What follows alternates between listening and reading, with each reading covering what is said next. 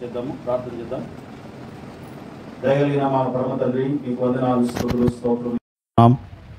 ఈ మధ్యాహ్న కాల సమయంలో మీ సన్నిధానంలో చేరి మిమ్మల్ని స్తుతించి ఆరాధించి మీ నామను గణపరచుటకు దేవా, ఇదిగో మీరు అనుగ్రహించిన సమయాన్ని బట్టి స్తోత్రములు. మా పాటల ద్వారా ఆరాధన ద్వారా మీరు మహిమ పొందినందుకు వందనాలు చెల్లిస్తున్నాం. మా ముందున్న సమయాన్ని దీవించండి. ఈ దినపు మీ సన్నిధి సహవాసమును మాకు అనుగ్రహించి మీ మాట చేత మమ్మల్ని దర్శించండి. నీ వాక్యము అగ్ని వంటిది, నీ వాక్యము సుత్తె వంటిది, నీ వాక్యము ఖడ్గము వంటిది. నాయన, నీ వాక్యము పంపించి నీవు జనులను బాగు చేసినావు. నీ వాక్యము వెండి బంగారముల కంటే విలువైనటువంటిది. నీ వాక్యము న్యాయమైనది, కోరదగినది. ప్రభా, జుంటి తేనె దారుల కంటే నాయన ఇదిగో మధురమైనది. నీకు స్తోత్రములు, వందనాలు చెల్లిస్తున్నాం. నీ వాక్యము దగ్గరికి వస్తుండగా ఈ సమయాన్ని దీవించమని ప్రభు అయిన యేసుక్రీస్తు నామమున స్తుతించి ప్రార్థిస్తున్నాం తండ్రి. ఆమేన్, ఆమేన్, ఆమేన్. సో ఈ మొదటి రాజుల గ్రంథం 3వ అధ్యాయము 16వ వచనం నుంచి మనము చదివితే, ఇక్కడ యోసేపు సొలొమోను రాజు అయిన తర్వాత మొట్టమొదట ఆయన దగ్గరికి వచ్చినటువంటి ఒక కేసు. 2 స్త్రీలు వచ్చారు. ఈ 2 స్త్రీలు ఎవరు అంటే వేశ్యలు. ఈ స్త్రీలకి ఒక్కొక్కరికి ఒక్కొక్క కుమారుడు, అంటే 2 పిల్లలు జన్మించినారు. ఈ 2 పిల్లలు జన్మించినప్పుడు ఒక తల్లి, వీళ్ళిద్దరూ ఒకే ఇంట్లో నివాసం చేస్తూ ఉన్నారు. 2కి పిల్లలు పుట్టినారు. ఒక తల్లి తన బిడ్డ మీద పొర్లి రాత్రికాల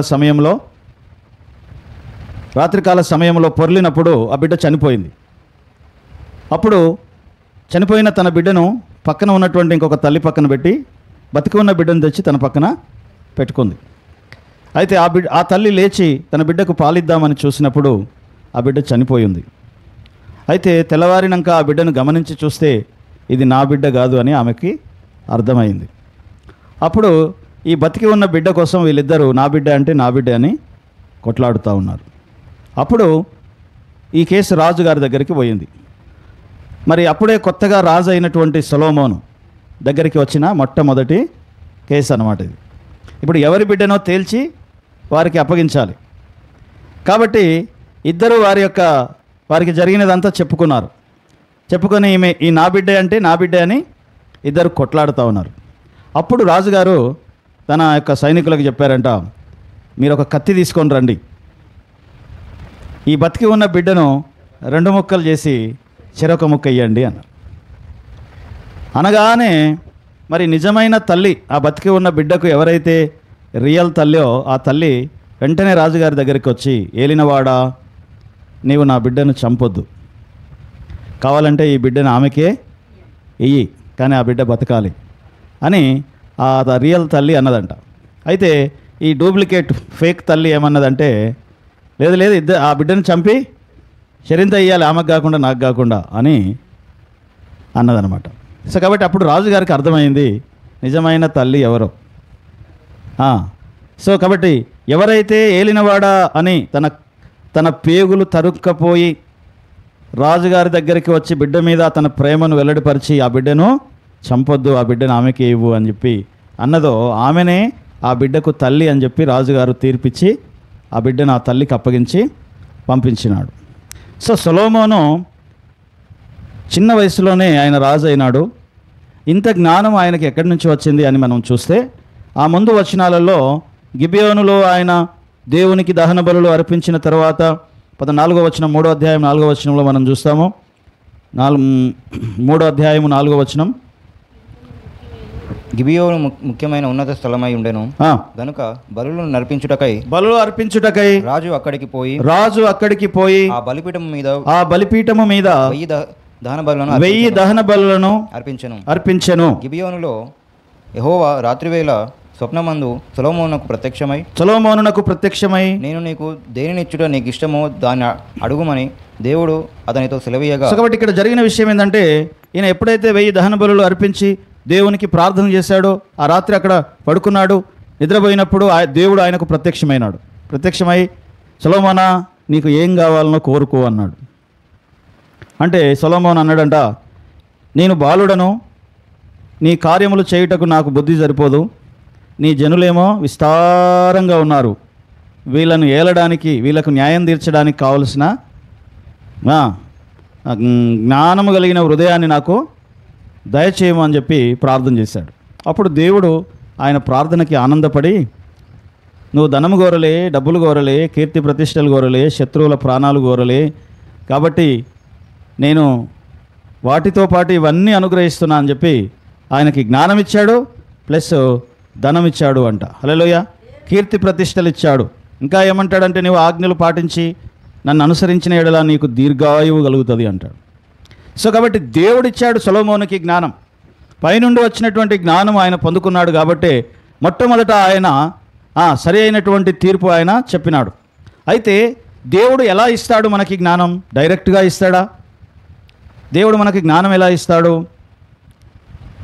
సొలొమోను రాజు దేవుని వాక్యాన్ని ఆయన ధ్యానం చేస్తూ ఉన్నాడు. ప్రతి రాజు కూడా ఏం చేయాలంటే దేవుని వాక్యాన్ని తన చేతులతో స్వహస్తాలతో ఆయన రాసుకోవాలి. ధర్మశాస్త్రాన్ని రాసి దానిని ధ్యానం చేస్తూ దాని ప్రకారము ఈయన రాజ్యమును ఏలాలి. కాబట్టి సొలొమోను రాజు దేవుని వాక్యములో నుంచి జ్ఞానం తీసుకున్నాడంట. సో కాబట్టి సొలొమోను ఎట్లా అయితే జ్ఞానవంతుడో ఈయనలాగే ఆదికాండంలో మనం చూస్తాము యోసేపుని. యోసేపు మహాజ్ఞాని. ఎందుకంటే ఫరో సాక్ష్యం ఇస్తాడు యోసేపు గురించి, నీలాంటి జ్ఞానవంతుడు ఇంకెవరున్నారు? హల్లెలూయా. నీలాంటి జ్ఞానవంతుడు ఇంకెవరున్నారు? ఎవరు లేరు అని చెప్పి యోసేపు గురించి, యోసేపు యొక్క జ్ఞానం గురించి ఎవరు సాక్ష్యం ఇచ్చారంట? ఫరో రాజు సాక్ష్యం ఇచ్చాడు. ఇక్కడ సొలొమోను గురించి ఏమో దేవుడే సాక్ష్యం ఇస్తున్నాడు. నీలాంటి వాడు ఇంకొకడు రాడు, నీలాంటి వాడు ఇంకొకడు ఉండడు అని చెప్పి దేవుడే సొలొమోను రాజు గురించి ఏం చేస్తున్నాడంట? సాక్ష్యం చెప్తా ఉంటున్నాడు. కాబట్టి సొలొమోను రాజు యోసేపు యొక్క స్టోరీలో ఉన్నటువంటి అక్కడి నుంచి జ్ఞానాన్ని తీసుకొని ఇక్కడ ఈ ఇద్దరు స్త్రీల మధ్యలో ఆయన అద్భుతమైన తీర్పు చెప్పాడంట. ఆయన తీర్పును చూసిన వారు అందరూ ఏమన్నారు తెలుసా? ఓహో, రాజుగారు చాలా జ్ఞానము పైనుండి వచ్చే జ్ఞానము పొందుకున్నాడు అని చెప్పి సొలొమోను రాజుని వాళ్ళందరూ కూడా పొగుడుతారనమాట. ఎక్కడి నుంచి వచ్చే జ్ఞానం అంట? పైనుండి వచ్చే జ్ఞానం పొందుకున్నాడు రాజుగారు అని చెప్పి మాట్లాడతారు. సో పైనుండి అంటే దైవ జ్ఞానము పొందుకున్నాడు అంటారు. సో దైవ జ్ఞానం మనకి ఎక్కడ దొరుకుతుంది అంటే దైవ గ్రంథములో దొరుకుతుంది. హల్లెలూయా. దేవుని వాక్యములో మనకు దైవ జ్ఞానము దొరుకుతుంది. కాబట్టి అంటే యోసేపు యొక్క వాక్య భాగాన్ని, ఆ స్టోరీని ఆయన ధ్యానం చేసినాడు కాబట్టి అక్కడ యోసేపు ఏం చేశాడో అదే ఇక్కడ ఈ ఇద్దరు స్త్రీల దగ్గర తీర్పు తీర్చాల్సి వచ్చినప్పుడు ఆయన కూడా యోసేపు వాడిన ట్రిక్కే ఇక్కడ వాడినాడు. అయితే యోసేపు ఏ ట్రిక్ వాడినాడు, అక్కడ ఏం చేసినాడు అక్కడ అంటే అసలు అక్కడ ఏం జరిగింది అనే విషయాన్ని మనం చూస్తే ఆదికాండము 41వ అధ్యాయము, ఆదికాండము 41వ అధ్యాయము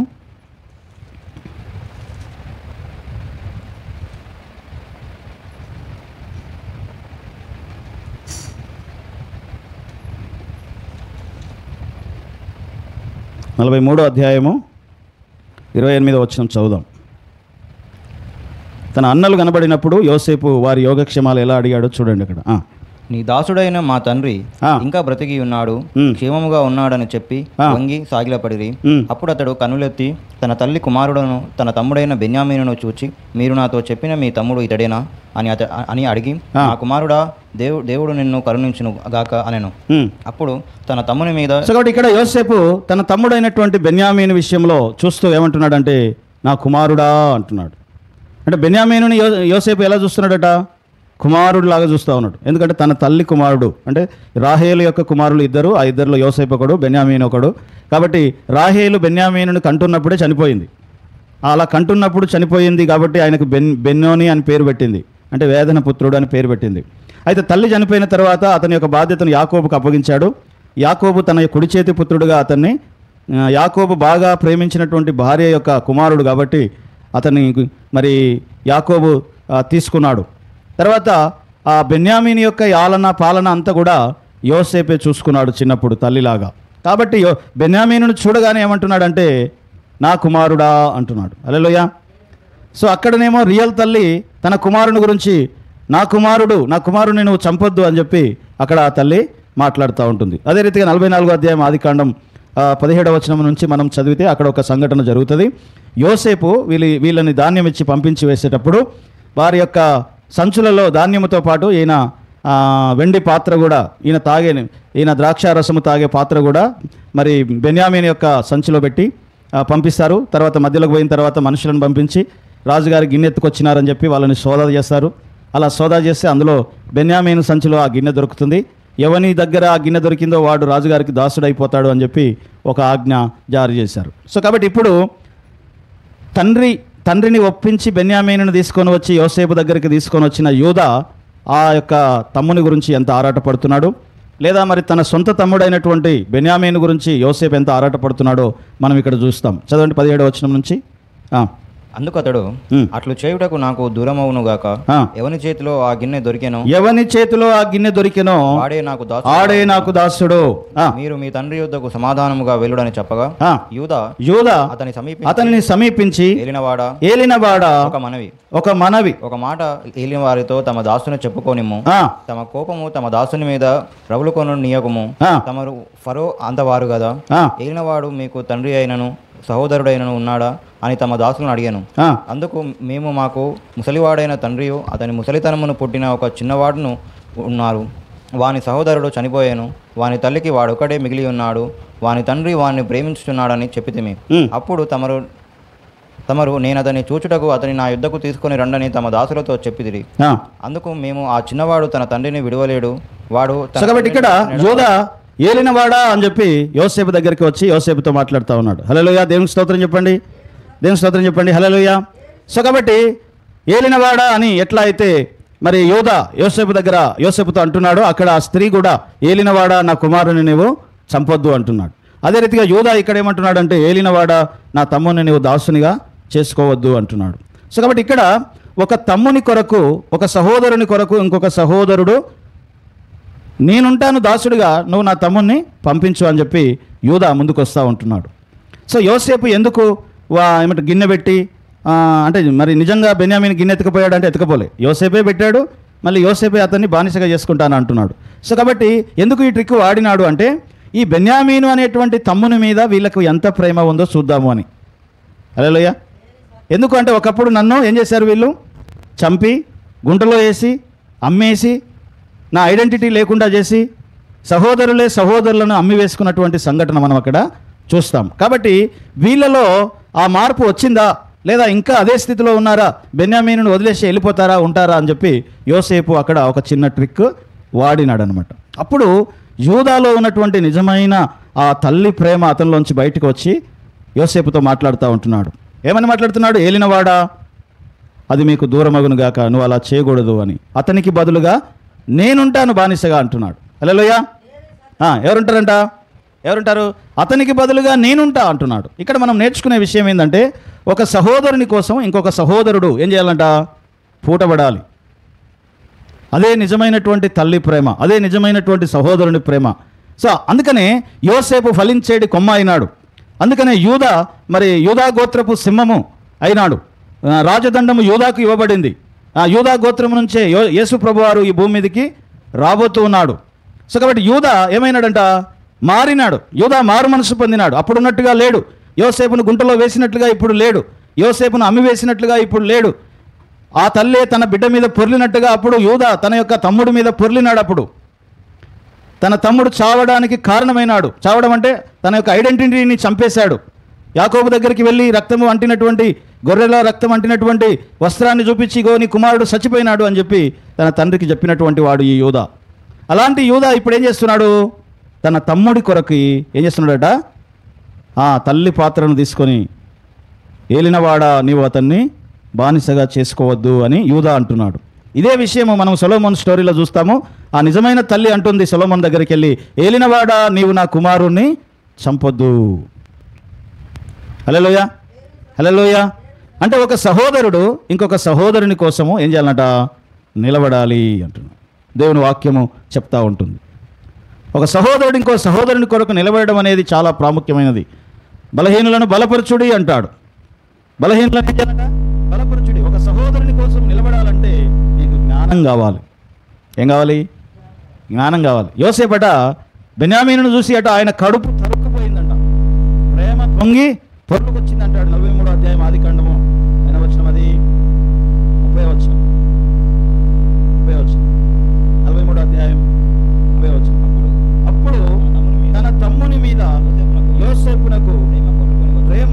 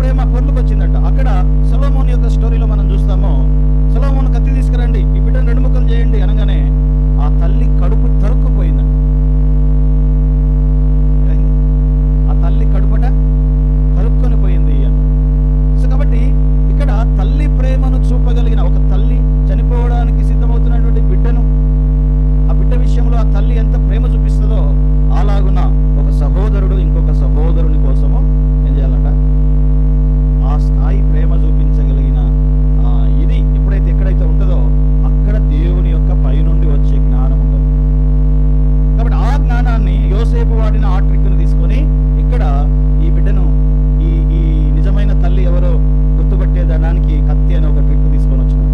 ఆ కత్తి తీసుకొని వచ్చి ఆ బిడ్డను చంపండి, ఇద్దరికి ఇవ్వండి అన్నాడు. అప్పుడు ఒరిజినల్ తల్లి ఎవరో బయటపడిపోయింది. సో ఒరిజినల్ తల్లి బయటపడాలంటే మధ్యలో ఏం రావాలి? కత్తి రావాలి. ఏం రావాలి? ఖడ్గం రావాలి. ఇది మన ఆత్మీయ జీవితానికి అప్లై చేసుకుంటే ఏది మంచో ఏది చెడో నీకు అర్థం కావాలంటే నువ్వు వాక్యం అనే ఖడ్గం దగ్గరికి రావాలి. ఏం రావాలి? ఎక్కడికి రావాలి? వాక్యం అనే ఖడ్గం దగ్గరికి రావాలి. వాక్యం అంటే ఏంటిదంట? ఖడ్గం లాంటిదంట. ఎబ్రీ పత్రిక 4వ అధ్యాయం 12వ వచనంలో మనం చూస్తాం. ఎబ్రీ పత్రిక 4వ అధ్యాయం 12వ వచనం. ఎబ్రీ పత్రిక 4వ అధ్యాయం 12వ వచనం చదవండి. దేవుని వాక్యము సజీవమై బలము గలదై రెండంచులు గల ఎటువంటి ఖడ్గము కంటెను వాడిగా ఉండి ప్రాణమును ఆత్మను కీళ్లను మూలుగను హృదయమును తలంపులను ఆలోచనలను శోధించుచున్నది. ఈ ఖడ్గం ఏం చేస్తుందంట? ప్రాణమును ఆత్మను వేరు చేస్తుంది. అంటే క్రిందికి లాగే ప్రాణమును, పైకి లాగే ఆత్మను, ఈ రెండింటిని వేరు చేస్తుంది. ఇది ఇట్లా అవుతుంటుంది, అది అట్లా అవుతూ ఉంటుంది. అయితే వాక్యం వచ్చినప్పుడు అదేం చేస్తుందంటే ఏది సరి అయినదో దానిని ఎంచుకునేటట్లుగా చేస్తుంది. అందుకనే సొలొమోను ఏం తీసుకొచ్చాడు? ఖడ్గం తీసుకొని వచ్చాడు. ఖడ్గం అంటే దేవుని వాక్యంలోంచి ఆయన ఆ తీర్పు చెప్తా ఉంటున్నాడు. సో కనుక వాక్యం దగ్గరికి మనం ఎప్పుడైతే వస్తామో అప్పుడు ఏది మంచో ఏది చెడో మనకు అర్థమవుతుంది. అందుకనే ప్రకటన గ్రంథంలో ఉంటుంది 1వ అధ్యాయం 16వ వచనంలో ఆయన నోటి నుండి ఖడ్గము బయలు వెళుతుంది అంటాడు. ఖడ్గ జ్వాల బయలు వెళుతుంది అంటాడు ఆయన నోటి నుండి. హల్లెలూయా. సో ఈ ఖడ్గ జ్వాల ఏం చేస్తుంది అంటే మంచి చెడులను విభజిస్తుంది అన్నమాట. దేవుని వాక్యము మంచి చెడులను విభజిస్తుంది. ఏది మంచో ఏది చెడో నీకు అర్థం కానప్పుడు నువ్వేం చేయాలి? దేవుని మీద ఆధారపడాలి. దేవుని వాక్యం దగ్గరికి రావాలి. దేవుని వెలుగు దగ్గరికి రావాలి. అప్పుడు మనకి ఏమవుతుందంట? పైనుండి వచ్చే జ్ఞానం వస్తుంది. ఆ పైనుండి వచ్చే జ్ఞానం సమాధానకరమైనది. ఆ పైనుండి వచ్చే జ్ఞానము పవిత్రమైనది. ఆ పైనుండి వచ్చే జ్ఞానం పక్షపాతం చూపెట్టదు. ఆ పైనుండి వచ్చే జ్ఞానము ఏం చేస్తుంది అంటే సమాధానపరిచేటువంటి జ్ఞానము. కాబట్టి ఆ పైనుండి వచ్చే జ్ఞానము మనకు కావాలి అంటే ఎక్కడికి రావాలి? మనము దేవుని వాక్యము దగ్గరికి రావాలి అనే మాట మనం చూస్తా ఉన్నాం. వాక్యం ఏం చేస్తుందంట? నా వాక్యం అగ్ని వంటిది కాదా, నా వాక్యం శుద్ధి వంటిది కాదా, నా వాక్యం ఖడ్గము వంటిది కాదా అంటాడు. ఎందుకు? అగ్ని ఏం చేస్తుంది? బంగారాన్ని మైలను వేరు చేస్తుంది. బంగారాన్ని శుద్ధి చేస్తుంది అగ్ని. శుద్ధి ఏం చేస్తుంది? మనకు ఒక షేప్ ఇస్తుంది. సరైన షేప్ లేకపోతే ఆ శుద్ధితోటి కొడితే మనకు సరైన షేప్ వస్తుంది. ఖడ్గం ఏం చేస్తుంది అంటే మంచి ఏదో చెడు ఏదో సపరేట్ చేస్తుంది. హల్లెలూయా. ఇదే విషయాన్ని మనం ఆదికాండంలో ఏమంటారు? జీవవృక్ష ఫలము ఇచ్చేటువంటి చెట్టుకు దగ్గరికి ఎవరు వెళ్లకుండా దేవుడు అటు ఏం పెట్టాడంట? ఖడ్గ జ్వాలను పెట్టాడంట.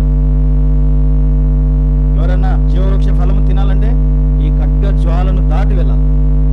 మంచిని చెడును వేరు చేసేటువంటి దేవుని వాక్యం అనేటువంటి ఖడ్గ జ్వాలను తప్పించుకుని దాటిన వాళ్ళు మాత్రమే ఆ జీవవృక్ష ఫలము తినగలరు. హల్లెలూయా, హల్లెలూయా. సో అందుకే దీనికి మనకేం కావాలంటే జ్ఞానము కావాలి అనే విషయాన్ని మనం ఇక్కడ చూస్తూ ఉంటున్నాం. గలతీలకు రాసిన పత్రికలో మరొక మాట మనం చదువుతాం. గలతీ పత్రిక 3వ అధ్యాయం 5వ అధ్యాయం 9వ వచనం చదవండి. 5వ అధ్యాయం 9వ వచనం. గలతీ పత్రిక 5వ అధ్యాయం 19వ వచనం. శరీర కార్యములు స్పష్టమై ఉన్నవి.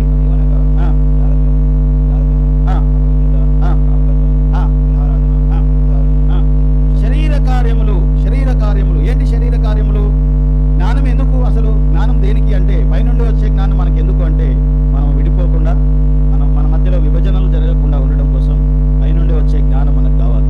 ఈ పైనుండి వచ్చే జ్ఞానము ఏం చేస్తుందంటే శరీర కార్యముల నుంచి మనల్ని తప్పిస్తుంది అనే మాట మనం చూస్తాం. సో కాబట్టి సమాధానం అనేది చాలా ప్రాముఖ్యం. సొలొమోను పొందిన జ్ఞానం అది సమాధాన జ్ఞానం. సమాధానం అనే జ్ఞానం అంటే జ్ఞానం ఎప్పుడు కూడా సమాధానం కలిగజేస్తుంది. జ్ఞానం ఎప్పుడు కూడా పవిత్రంగా ఉంచుతుంది. జ్ఞానం ఎప్పుడు కూడా పక్షపాతం చూపదు. జ్ఞానం ఎప్పుడు కూడా దేవుని మహిమపరుస్తుంది. హల్లెలూయా. నాకై చూడండి అందరూ దేవునికి హల్లెలూయా చెప్పండి, స్తోత్రం. సో కాబట్టి పైనుండి వచ్చే జ్ఞానం దేనికి అంటే మనము ఏమంటే సపరేట్ అవ్వకుండా విడిపోకుండా ఉండడం కోసం పైనుండి వచ్చే జ్ఞానం కావాలి.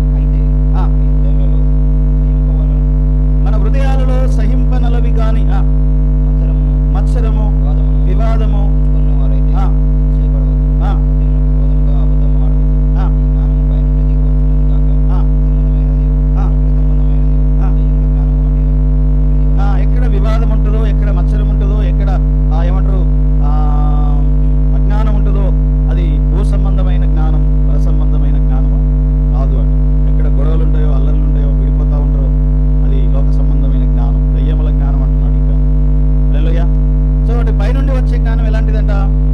17వ వచనంలో మనం చూస్తాం. 17వ వచనంలో అయితే పైనుండి వచ్చే జ్ఞానము పవిత్రమైనది, సమాధానకరమైనది, మృదువైనది,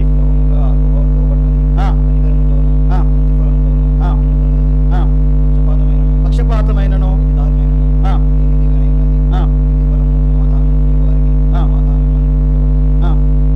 సో కాబట్టి పైనుండి వచ్చే జ్ఞానము పవిత్రమైనది, సమాధానకరమైనది. పైనుండి వచ్చే జ్ఞానం ఎలాంటిదంట? హల్లెలూయా, మృదువైనది, సులభముగా లోబడినది, కనికరము చూపేటువంటి. అందుకని మీలో ఎవరికైనా జ్ఞానం కొద్దుగా ఉంటే దేవుణ్ణి అడగవలను అంటాడు. ఏం చేయాలంట? దేవుణ్ణి అడగాలి. దేనికోసం? దేన్ని ఎలా చూడాలి, దేన్ని ఎలా హ్యాండిల్ చేయాలి, దేన్ని ఎలా మనం కంట్రోల్ చేయాలి, దానికి కావాలి. ఏం కావాలి? జ్ఞానం కావాలి. డబ్బులు ఉన్నాయనుకోండి, డబ్బులు ఉంటే సరిపోదు. ఆ డబ్బుల్ని సరిగా మేనేజ్ చేయగలిగినటువంటి జ్ఞానం కావాలి. బంధువులు ఉంటే సరిపోదు. ఆ బంధువులతో మనం ఎలా మన యొక్క సంబంధాలను సరిగా కొనసాగించాలో జ్ఞానంతో కొనసాగించాలి. లేకపోతే సంబంధాలు ఏమైపోతాయి? చెడిపోతాయి. ఇలా మాట్లాడినోడు రేపు మాట్లాడు. ఎందుకంటే మనం జ్ఞానంతో నడుచుకుంటేనే సంబంధాలు 4 కాలాలు నిలబడతాయి. మరి అలా నిలబడాలంటే మనకి ఏం కావాలి? జ్ఞానం కావాలి. అందుకని దేవుణ్ణి అడగాలంట. ఏమని? జ్ఞానం ఎవరికన్నా కొదవగా ఉంటే వాడు దేవుణ్ణి అడగవలెను, అయితే దేవుడు ధారాళముగా ఇస్తాడంట జ్ఞానం. సరేట, ధారాళముగా ఇస్తాడు దేవుడు జ్ఞానాన్ని. కాబట్టి దేవుడిచ్చే జ్ఞానంతో సొలొమోను తాను తీర్పు పొందుతున్నాడు. సొలొమోను ఎలా పొందాడు జ్ఞానం అంటే తన ముందున్నటువంటి పితరుల వాక్యంలో నుండి, యోసేపు యొక్క స్టోరీ నుంచి ఆయన జ్ఞానం పొందినట్లుగా మనం చూస్తా ఉన్నాం. కాబట్టి మనం కూడా జ్ఞానం కలిగి ఉండాలంటే దేవుని వాక్యం దగ్గరికి రావాలి. మనకు జ్ఞానం కావాలంటే దేవుని వాక్యం దగ్గర మనం జ్ఞానము నేర్చుకుందాం. యెహోవా యందు భయభక్తులు కలిగి ఉండుట జ్ఞానమునకు మూలము అంటాడు. హల్లెలూయా. సో కాబట్టి జ్ఞానము కొరకు మనం ఏం చేయాలంట? ప్రార్థన చేయాలి. జ్ఞానం యొక్క ముఖ్యమైన ఉద్దేశం ఏంటంటే యూనిటీ కోసం, ఐక్యత కోసం, సమాధానం కోసం. జ్ఞానం ఎందుకు? జ్ఞానం ఎందుకంట? మనల్ని ఐక్యంగా ఉంచడం కోసం జ్ఞానం కావాలి. సొలొమోను ఉన్నంత కాలం ఆ దేశం ఒకటిగా ఉంది. 12 గోత్రాలు ఒకటిగా ఉన్నాయి. చుట్టుపక్కల అన్ని దేశాల వాళ్ళు వచ్చి సొలొమోనుకి ఏమైనారు? సొలొమోనుతో నిబంధన చేసుకున్నారు. కానీ ఎప్పుడైతే సొలొమోను చనిపోయినాడో, తన తర్వాత తన కుమారులు వచ్చారో, అప్పుడు దేశం ఏమైపోయిందంటే 2గా చీలిపోయింది. ఐక్యంగా ఉండవలసినటువంటి దేశము ఇప్పుడు 2 అయినది. ఆ 2 దేశం ఒకటే 2గా లేదు, దేవాలయం కూడా 2 అయిపోయింది. ఇక్కడ నేర్చుకునే విషయం ఏంటంటే ఒక కుటుంబం ఒకటిగా ఉండాలి, యూనిటీగా ఉండాలి. ఒక సంఘం ఒకటిగా ఉండాలి, యూనిటీగా ఉండాలి. ఒక సమాజం ఒకటిగా ఉండాలి, యూనిటీగా ఉండాలి. దేవుడు యూనిటీని ప్రేమిస్తున్నాడు, యూనిటీని కోరుకుంటున్నాడు. సహోదరులు ఐక్యత కలిగి ఉండుట ఎంత మేలు, ఎంత మనోహరము. సో కాబట్టి ఆ మనోహరము మేలు ఎలా వస్తుందంట? యూనిటీగా ఉన్నప్పుడు వస్తుంది. కాబట్టి దేవుడు మనకు యూనిటీ కావాలని, ఆ యూనిటీ కావాలంటే ఒకటిగానే రాదు. యూనిటీ మనం జ్ఞానంతో నడుచుకుంటే యూనిటీ వస్తుంది. మనం జ్ఞానంతో నడుచుకుంటే మనము దేన్నైనా సరిగా హ్యాండిల్ చేయగలం. అది డబ్బులైనా, సంబంధాలైనా, లేకపోతే ఆరోగ్యమైనా, ఏదైనా సరే దాన్ని సరిగా మనం మేనేజ్ చేయాలి. పోయిన వారం పోర్షన్లో మనం చూస్తాము. ఆ పోర్షన్ పేరు చూడుడి. ఏం చూడాలి? మీరు ఆ దేశం వెళ్ళిన తర్వాత, యోర్దాను నది దాటిన తర్వాత చూడండి. ఏం చూడాలి? మీరు దేవాలయంలో ఉన్నప్పుడు మీరు ఎలా చూడాలి, ఎలా హ్యాండిల్ చేయాలి, దేవాలయంలో ఎలా నడుచుకోవాలో చూడండి. బీదవాడు మీ మధ్యలో ఉంటే వాడిని ఎలా చూడాలి, వానితో ఎలా మీరు హ్యాండిల్ చేయాలి, ఎలా నడుచుకోవాలి చూడండి. ఏం చూడాలి? చూడుడి అని మోషే ఆ తరానికి చెప్తా ఉంటున్నాడు. ఏం చూడాలి? మీరు అక్కడికి వెళ్ళిన తర్వాత మీ మధ్యలో ఒక దాసుడు ఉంటే, మీ సహోదరుడే దాసుడై ఉంటే, ఆ దాసునితో మీరు ఎలా నడుచుకోవాలి, అతన్ని ఎలా చూడాలి, అతన్ని ఎలా హ్యాండిల్ చేయాలి. అంటే సరిగా హ్యాండిల్ చేయాలంటే మనకేం కావాలి? జ్ఞానం కావాలి. హల్లెలూయా. ఒక బీదవానితో ఎలా నడుచుకోవాలి, ఒక దాసునితో ఎలా నడుచుకోవాలి, దేవుని మందిరంలో ఎలా నడుచుకోవాలి, కొన్ని తిండి విషయంలో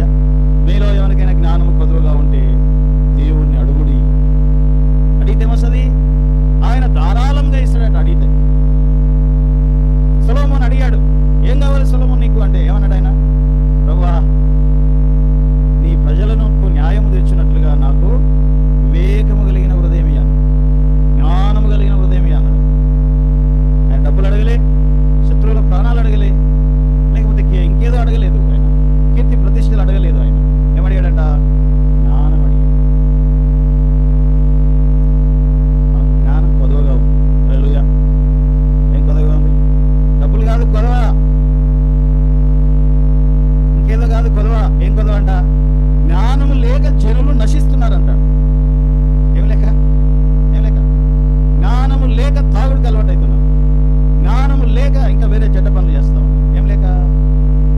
జ్ఞానము లేక. అందుకే జ్ఞానము లేక జనులు నశించెదరు. కాబట్టి జ్ఞానం అనేది చాలా అవసరం. అందుకనే సామెతల గ్రంథంలో ఒక మాట అంటాడు, ఏమని అంటే, జ్ఞానము సంపాదించుకొనుటయే జ్ఞానమునకు ముఖ్య అంశం. దానికోసం నీకున్నదంతా ఇచ్చి జ్ఞానం సంపాదించుకో అంటాడు. నీకున్నదంతా ఖర్చు పెట్టి ఏం సంపాదించుకోవాలి? జ్ఞానం సంపాదించుకుంటే నీకు డబ్బులు వస్తాయి. జ్ఞానం సంపాదించుకుంటే నీకు మనుషులు వస్తారు.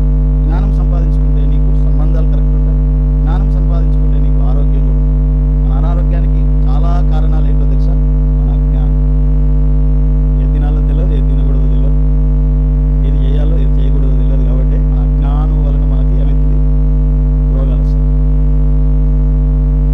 సో కాబట్టి దేనికైనా ఇప్పుడు అంటారు కదా, డబ్బులుంటే ఏమైనా చేయొచ్చు, కొండ మీద కోతైనా దిగొస్తుంది అని. అలాగే జ్ఞానం ఉంటే కూడా ఏదైనా చేయొచ్చు. జ్ఞానం వలన సమస్తము సాధ్యం. కాబట్టి దేవుని ఏం అడగాలంట?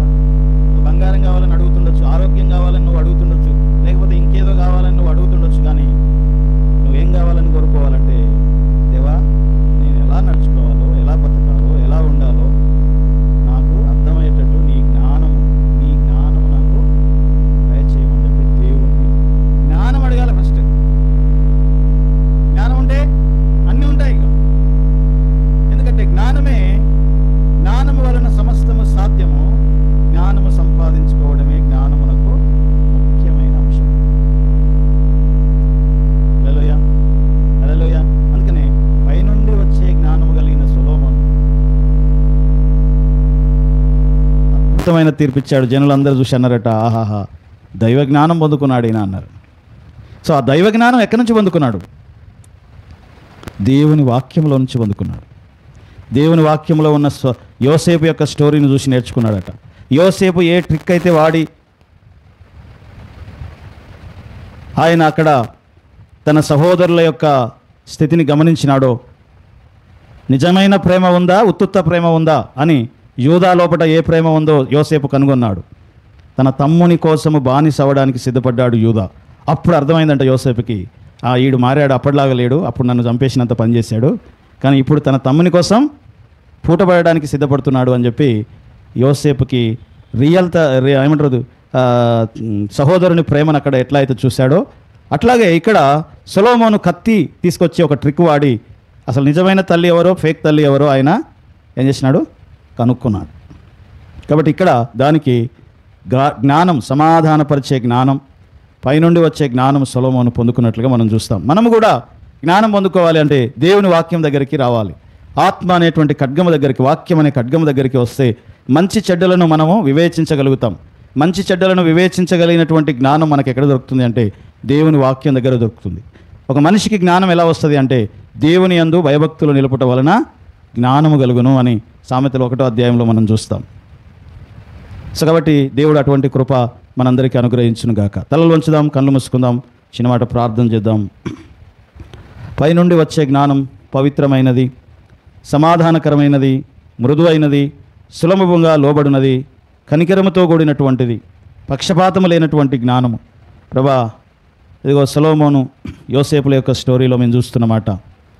ఆ నిజమైన తల్లి ఎవరో కనుగొనడానికి సొలొమోను వాడిన ట్రిక్, అంతకుముందే యోసేపు తన తమ్ముని విషయంలో యూదాకు ఎంత ప్రేమ ఉందో తెలుసుకొనుటకు నైనా మరి ఆ గిన్నె అనే ట్రిక్ వాడినట్లుగా మేము చూస్తూ ఉన్నాం.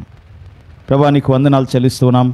ఇగో ఈ సమయంలో దేవుని వాక్యము నుండి పైనుండి వచ్చే జ్ఞానం వస్తుందని, ప్రభా వాక్యము దగ్గరికి మేము రావాలని, ఏది మంచో ఏది చెడో మేము వివేచించగలిగిన తెలివి మేము పొందుకొనుటకు సహాయం చేయండి. ఈ సమయాన్ని మా కొరకు దీవించినందుకు వందనాలు చెల్లిస్తూ ప్రభు అయిన యేసుక్రీస్తు నామమున స్తుతించి ప్రార్థిస్తున్నాం తండ్రి. ఆమేన్, ఆమేన్, ఆమేన్.